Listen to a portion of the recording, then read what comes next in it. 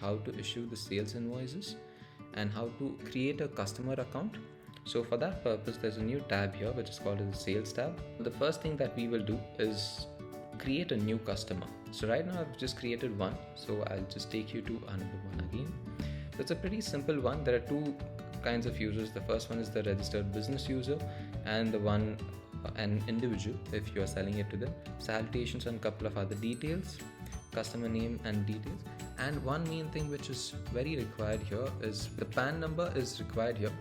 As per the Indian Income Tax Act, if there is an amount exceeding rupees 2 lakhs, then it is mandatory to quote the PAN number of the customer in all your invoices. So as a customary note, please ensure that whoever is your customer, kindly take that PAN number if the invoices are exceeding above 2 lakh rupees. And one more thing here is, for each of your customers, you can specify as to what is the respective due date. By default, you can specify, if let's say for a particular customer is net 60 days, what it means that they will have a credit period of around 60 days from the date of invoice. So after 60 days, they will be required to pay to you. If you are stating that enable portal, so what happens is, once this is being checked on, all the invoices which you have sent to the client, even they will have a similar dashboard. They do not have to set up to this ZOHO Books or anything. It is just like a dashboard which is provided to them, stating that so and so invoices has been provided by the vendor to you, and this is the payment which is made to them. So this is also a very useful feature which is available here, and few basic details of customer onboarding. When you're onboarding a new customer, you can set up the details and a few details of the contact numbers. I have similarly created one particular customer with all the details and email ID and mobile number. Only you want to issue an invoice to them. So what we can do here is, there's a new tab here under the sales tab for invoices. We just click here and can select the customer. So once you have added a customer already, it will be specified here. If you have not added a new customer, you can straight away go ahead and create a new customer here, and it will subsequently take you to the same tab wherein I just explained you a while ago. So let's say I'm selecting the existing customer. Since I have not added address, it is not being reflected here. And the invoice numbers are serially numbered automatically. We do not have to do anything. And let's say if this particular customer we had selected as net 30 days, but however for this particular invoice you want it to be on due on receipt, which means that as and when the invoice is issued, they will have to make the payment for it. So the terms have been specified and the due date is also been specified. And if, and let's say you have a particular salesperson who has made this particular sales, you can add the salesperson from here as well. For the ease of convenience, I have not included that right now. And if there's any specific subject line which you would have to provide to this particular invoice, you can just state that. So I'm just saying that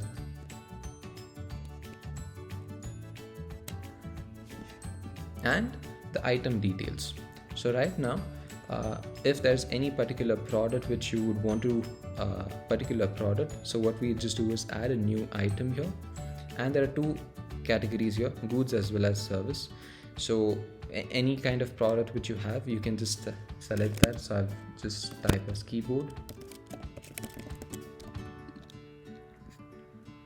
in pieces, and the selling price, let's say, is around 2000. And where, if let's say subsequently any amount which you are selling it, where should this particular item be classified as? So there are classes of income which has to be there. So there are two main categories. The first one is your general income, and the second one is other miscellaneous income. So since this is our primary income which is there, so we'll classify it under sales. If let's say you have certain incomes or any other thing like miscellaneous charges which you are charging to your customer, appropriately certain the respective accounts can be selected from here. Now let's say, since this is a trading of goods, I'm purchasing from one person to another person.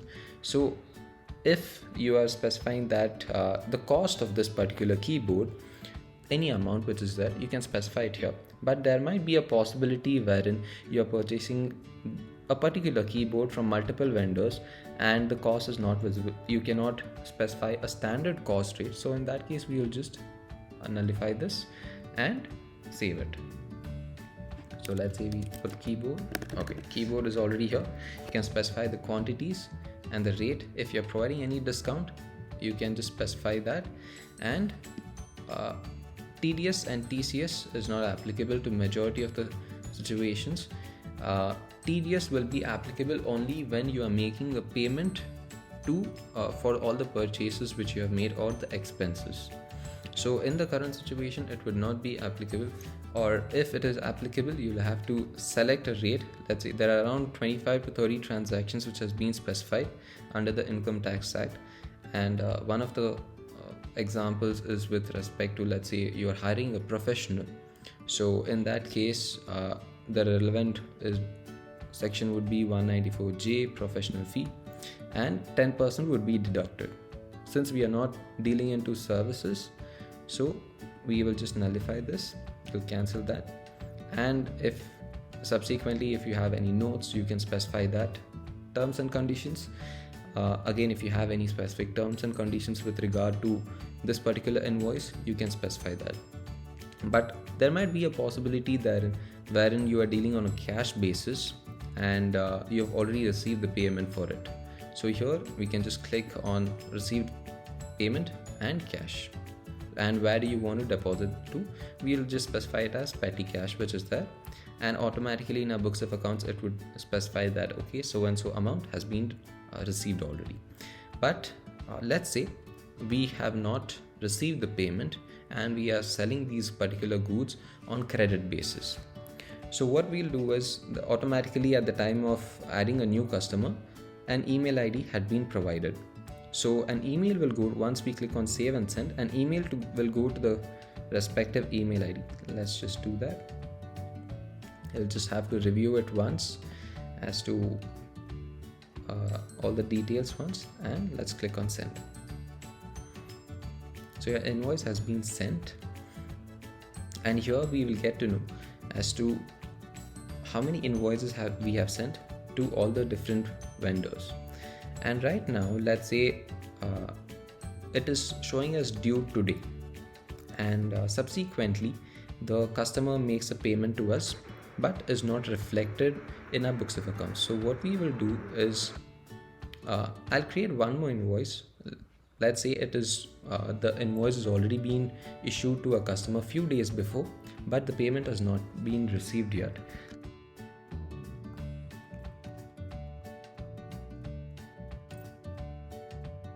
Alright, so what I have just done now is we have already issued an invoice to our customer and the payment was due 2 days before, and the customer has not yet made any payment to us.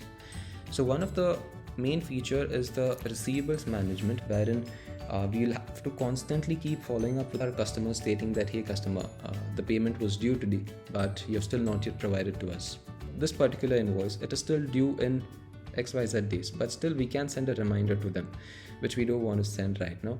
But for all the people which becomes overdue, we can send them on an immediate basis saying that okay, so and so invoice is due and it is overdue by around 2 days, and kindly make the payment. One additional feature here is that you can provide the links to your customers saying that you can make an online payment, and for this purpose you can link your various third-party vendors like your Razorpay, Paytm, PayPal, and a couple of other third-party vendors are there, and through which you can set up the account. And once that has been set up, and through all your invoices which are there, a link would be provided to your customer for making the respective payment.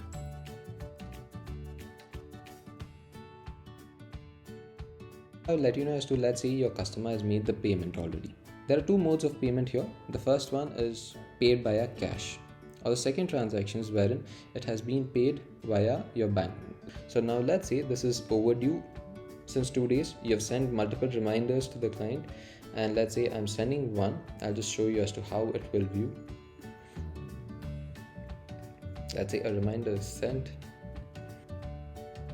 Okay, so we have a similar mail from a party stating that the payment of 2000 is outstanding for invoice number XYZ, and you can make a payment this way. So this is a very good feature, I would state, for all the follow-ups which you would be doing for all the customers for your receivables management. And let's say the client has paid, and there are two, like I was stating, there are two modes of payment. The first one is by cash, and you will have to record the payment which has been made by the customer. So what we will do is, there's an option here called as record payment. I'll just click on that, record payment. So it is asking you how much did the amount make, how much was the payment made by the person. So if they are paying some discount to it, or let's say it's been outstanding for a very long time, and you decide to provide them some amount of discount, and you can just specify whatever is the amount that they have paid.